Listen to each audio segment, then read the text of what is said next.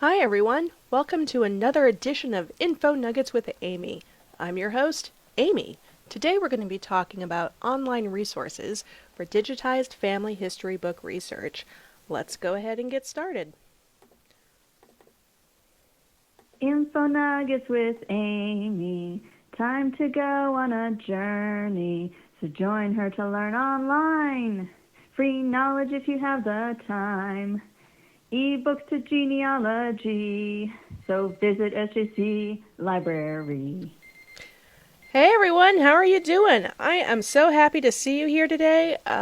We are going to be talking about one of my favorite things. Some really great websites for locating out-of-print family history books that have been digitized. Family histories and county histories were a pretty popular publishing subject in the late 1800s and early 1900s. It was a national pastime. Sometimes it feels like people were just trying to prove their relation to Charlemagne. Um, but a lot of family histories were published during that time. One of the things to keep in mind is that some people who created their family histories were a little overzealous and might have cut some corners in trying to prove the grand famous people that they were related to. So you want to take whatever you find with a grain of salt. The ones that were very well researched and published will have source citations, which are always a great sign. So you can go ahead and use these citations to try to track down the primary materials yourself. Some of them, not so much. Definitely take them with a grain of salt. Do your due diligence to try to prove or substantiate some of the facts that they purport within their books. Let's go ahead and take a look at some of what I am talking about. And let's see here. First of all, and I will be linking this, or rather Margaret will be linking this in the comments section. This is a fantastic article that came out from the New York Public Library where they wrote about published family histories, an undertapped resource. And it goes through why these family histories are really great tools for, as they mention, local color, forgotten customs, personal anecdotes, historical events, and historically underrepresented groups. You find out more about some of the different women, maybe especially what their maiden names were, African Americans, and it also gives you some lessons for writing your own family history. So we'll link that in the comments. I highly recommend reading it. There's a lot of great information in here. So the materials that we're looking at today or focusing on are ones that are within the public domain. And typically, public domain means anything from 1924 or earlier are not copyrighted anymore, that they're in the public domain. It's something that's available for us to use.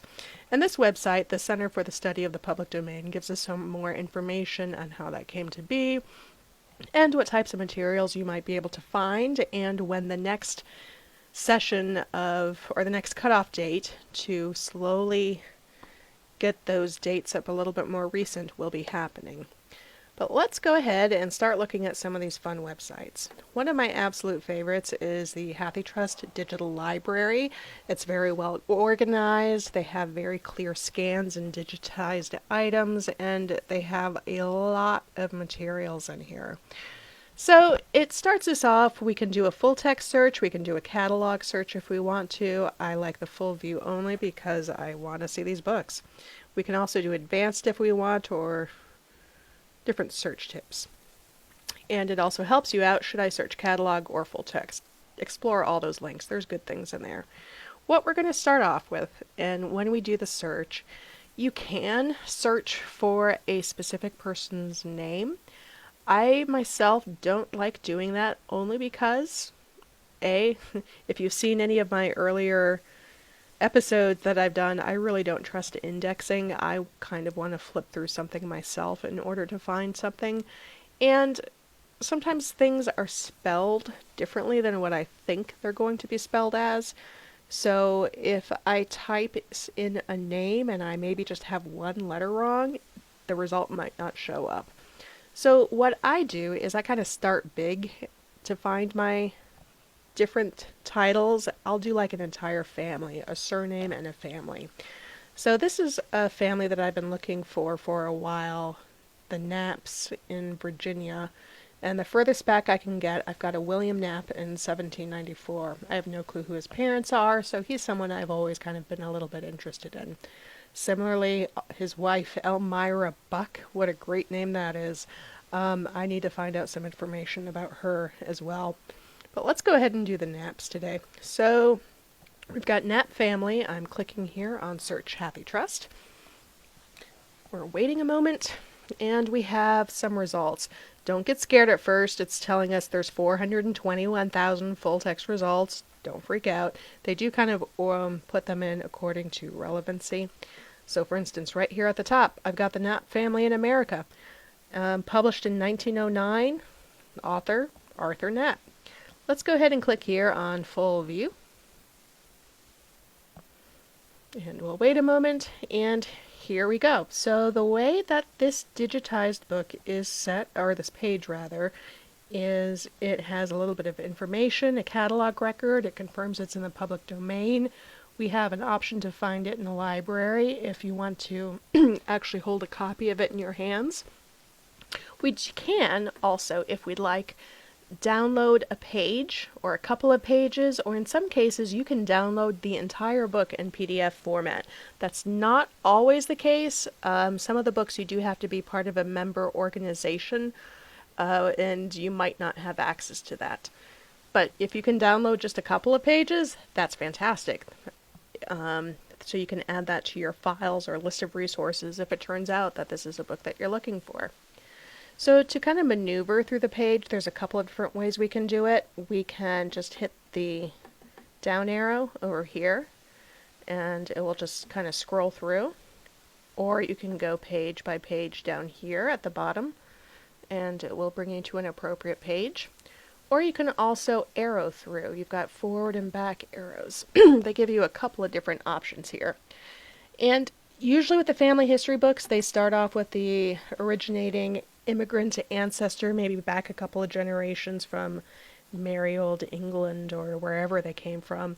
Don't get excited. Especially, they tend to start off with a picture of the family seal or the coat of arms or something.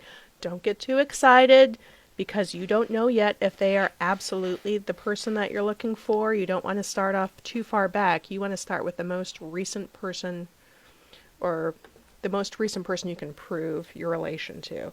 So in this case, I am looking for William Knapp, born in 1794. I'm trying to find his parents. I'm not just going to jump to a Knapp from the 1500s and assume, even though he has the same exact name, I'm not going to assume that this is his ancestor, because that's just sloppy genealogy, and we don't do that. Instead, what I'm going to do with this book is I'm going to jump straight towards the end, because what's at the end of the book? An index. That's where all the good organization happens. And the way that most family history books are organized is the first index that you come to when you're going backwards, aka the last index in the book. It's usually a listing of other surnames related to typically the different wives who have married into the family, what their different surnames are, and how they are related. So I'm just jumping through trying to get to my index. Let's see here. So for example, this is the index to other names, the Knapp. So we want to go a couple more pages back. And yes, when you start seeing everybody being listed by first name instead of surname, this means that they're all Knapps, and these are the first names of those in the family. So here we've got a bunch of different Williams I can look at. Next to each name, it could be it's likely a page number.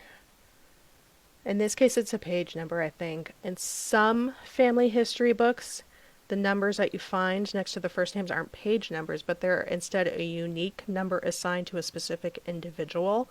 So sometimes you have to flip through the book a little bit to figure out how it's organized so you know how to find this particular entries that you're looking for. And something you want to keep in mind with any sort of digitized book is that page numbers here don't necessarily correspond to the digitized page numbers. So for example, this book that we're on right here, or this page that we're on, whoops, it says we're on page 74. However, when we're looking down here and the digitized page numbers, it says we're on page 82. That's because when you scan a book, what comes with it are also those blank pages or those extra pages at the front or the beginning or the end that don't have numbers. It might just be 2 or 3 blank pages. When you're digitizing, that counts as a page. So these numbers are not going to correspond. So if I am looking for William W. on page 30, I'm not going to jump to page 30 here. I'm going to do a little bit of math. So we were what, page 79, and it says we're 82, so we're about 3 pages off. So instead of page 30, what I really want, and this is where my math skills fail me every time, that means I want either page 33 or is it 27 that I want? I think 33. So we can just go ahead and jump to page 33. And we should see a William Knapp on here somewhere. We're going to scroll down. Oh, sure enough. And I've got a William who was christened on June 11th, 1793. Ooh, so close. So mine, the one that I'm looking for, is 1794. And this one's 1793. Whenever they are that close, they're definitely worth looking at. So this is a list here. The way that this is organized, and let me go back one page, is that we've got, here we go, a Josiah Knapp, and it tells me who his parents or his father, grandfather, great-grandfather, great-great-grandfather, great-great-grandfather, and these are corresponding generation numbers. It tells me who he married, maybe who his parents were, maybe who his wife's parents were, when she was born, if he was in any military involvement, where they were buried, and listed underneath are children. And it mentions here that all children except Henry were born in Boston and christened in Trinity Church. So, my guy, I'm pretty sure was born in Virginia, not Boston, so probably not the one that I'm looking for, but I'm still going to go back and explore all those other Williams that were listed in here. Ideally, what I'm going to find is a William Knapp, and it indicates that his wife is Elmira, and it lists all of the children that I already know about. That's when I can get excited. This one, so close, but I'll have to keep looking on. So let's go ahead and take a look at another one. Google Books. If you have a Gmail account or a Google account, you already have a Google Books account, even if you didn't realize it. This is a collection of sometimes fully scanned items that you have full access to. Sometimes it's just a reference to a book somewhere. Sometimes they'll give you a page or two. But what you can also do with Google Books that's pretty cool is you can create your own My Library of items that you do find. You can go ahead and add them into your collection here. And I have a little bookshelf with some items that I did locate, and I was able to find some valuable information in there that I was able to use in my genealogy. And this is a pretty good example of why these digitized items are so exciting. So this one here, The Past and Present of Greene County, Iowa, 664 pages, published in 1907. We could read the ebook, but let's take a look over here, where if I was to try to get this book in print, it's got links to ABE Books, Amazon, or I can find it in a library, but let's click here. If I wanted to buy a copy of this, it would be $99.95. That's outrageous. Uh, if I can get access to it for free online, heck yes, I am all about that. So I can just click here on Read ebook and it pulls up the entire digitization of this particular ebook for me. That's really all I need, especially sometimes it's just a couple of pages or a couple of paragraphs that you're looking for. Sometimes you don't even need the rest of it. So this is why these digitized family histories are so exciting. But let's go ahead and type in, try my Knapp family again. So Knapp family, or maybe Knapp family history, Knapp genealogy. You can play around with your search terms a little bit. And here's something up here that looks pretty exciting. However, as we're clicking on this, I'm noticing that this one was published in 2018 and it doesn't have a preview unavailable. So this is an example of how sometimes you get a record for a book without getting the actual book itself. But here it gives us an ISBN number, a page count. Also important is other editions. So for instance, when we see it was published here in 2018, I am guessing that this is a reprint, not the actual initial item. And in fact, when you look down here at these, let's compare the author just to make sure it's the exact same one. So this is Arthur Mason Knapp. Look here, 1909, when we click on the title.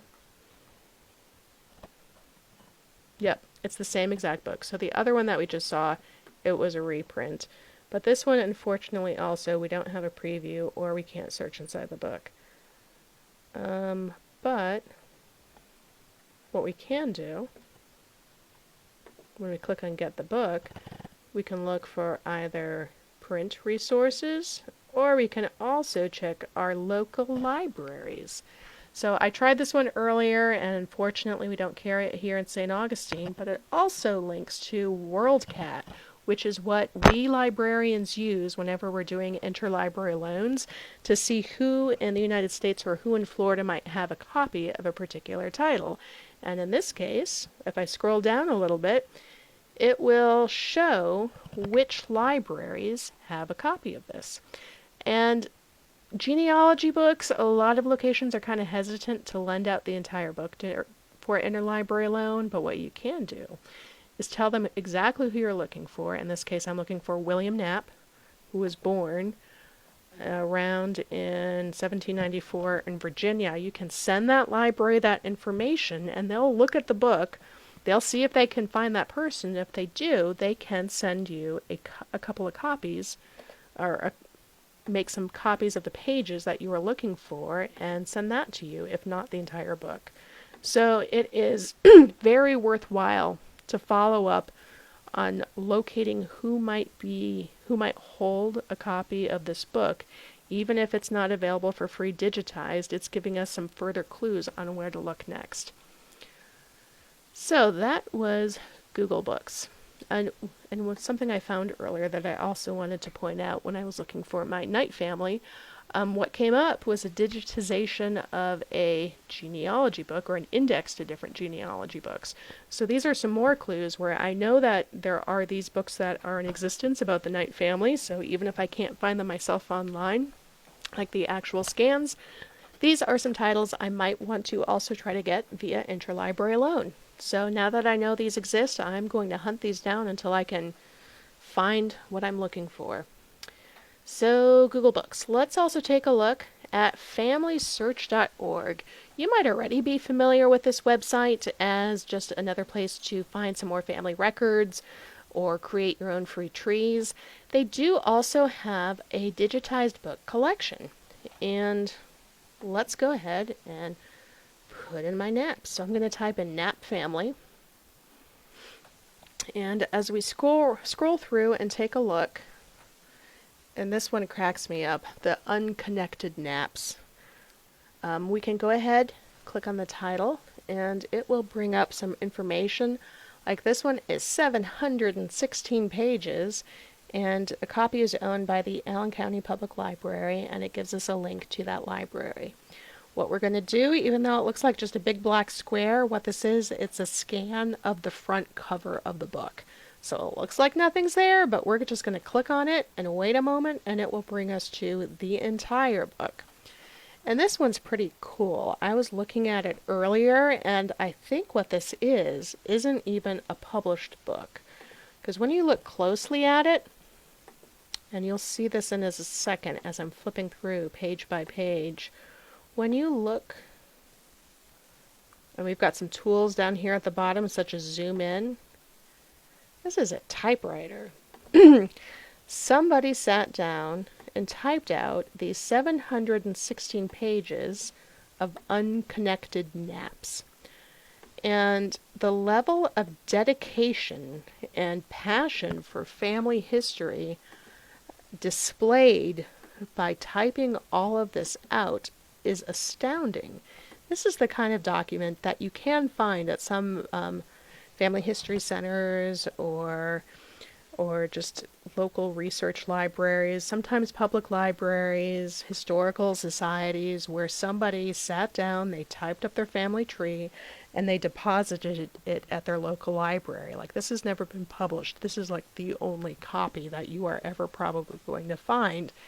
And if it wasn't for somebody going out, some institution, and digitizing this item that is in the public domain, it's not been copyrighted, and making it available via websites such as Familysearch, how it brings this document instead of just, the local citizenry, it might not have even been cataloged in their library. There are locations that will have just filing cabinets or a section on the shelf of items that aren't cataloged, but they're local family histories that somebody's dropped off. So for us to be able to have access to this from anywhere in the world on our computers at like 3 o'clock in the morning in our jammies, this is amazing. You couldn't have done this 20 years ago. So 716 pages or 714 pages, would take me like a weekend, maybe even 2 weekends, to just kind of flip through and make sense of this particular one. But you know what? When you're a genealogist, you do that because you never know what's going to be on the next page. The person that you have been hunting for might be there. Unconnected naps and all. So let's take a look at, I've got 2 more websites to show you. Project Gutenberg, you may have heard of this one. This particular website has been around for a while, and they've got some pretty great stuff. You can type in family names, like I have been doing, or you can type in county names. So let me, just as an example here, they have county histories, which were also a pretty popular subject for publication in the late 1900s, where people like to know about where they lived. They like to talk about their forefathers of their towns or their counties or their states. And they would create these wonderful books that give you some very good insights into what life was like. So for instance, this is the history of Orange County, New York. We've got it available in a couple of different formats. We've got HTML, EPUB, Kindle, plain text. Let's do the HTML. And so this is, let me scroll through a little bit here. For instance, you've got your table of contents right here, different chapters, different towns. So if you know that you had people who maybe were in Mount Hope, you could get a history of Mount Hope. It tells you some of their natural features, maybe who the early settlers were, information about, building their first school or mill, or here we go. Oh gosh. Oh, okay, a stream, so different water features that a location might have, or villages. And sometimes you even get pictures. I have a copy of a wonderful image of an ancestor that I stumbled upon in a book exactly like this, and he has the most magnificent beard I have ever seen in my life. So you never know what you're going to find in these. So it's definitely worth typing in a county location that some of your ancestors were from. And it's very important to make note of these geographical locations as you're doing your research. Make sure to include that stuff in your chart or in your documentation, because knowing the geography is vital for being able to prove if this person is the one that you're looking for, and to find materials like this, like the county histories, to get some more information and more details about how and where they lived. So we're going to take a look at one more. This one is the World Digital Library, offered through the Library of Congress with the support of the United Nations Educational, Scientific, and Cultural Organization. This one has a lot more than just books. It also has pictures, magazines, newspaper articles, ephemera, all kinds of really cool stuff. So let's go ahead and, just as an example, I'm just going to type in family history to see some of the things that pop up. But here, for instance, we have a photograph, the Nifk family, a genealogy of the B family, all sorts of really cool things that you might not find anywhere else. And definitely one of those websites. Ooh, this is intriguing. The Secret Book of Honors. I love the idea of a secret book being available online for free. But all sorts of fun stuff, and you can really spend a lot of time on this particular website. So that is what I've got for you today. I do love genealogy stuff. Oh, and I almost forgot. I have to show you my secret word. So if you are following along with Read Squared, our summer reading program, you can get points not just by reading books, but also by attending these virtual programs where we will give you secret codes that you can enter into Read Squared to get some more points. So the secret code for today's program is Together20. That's Together20.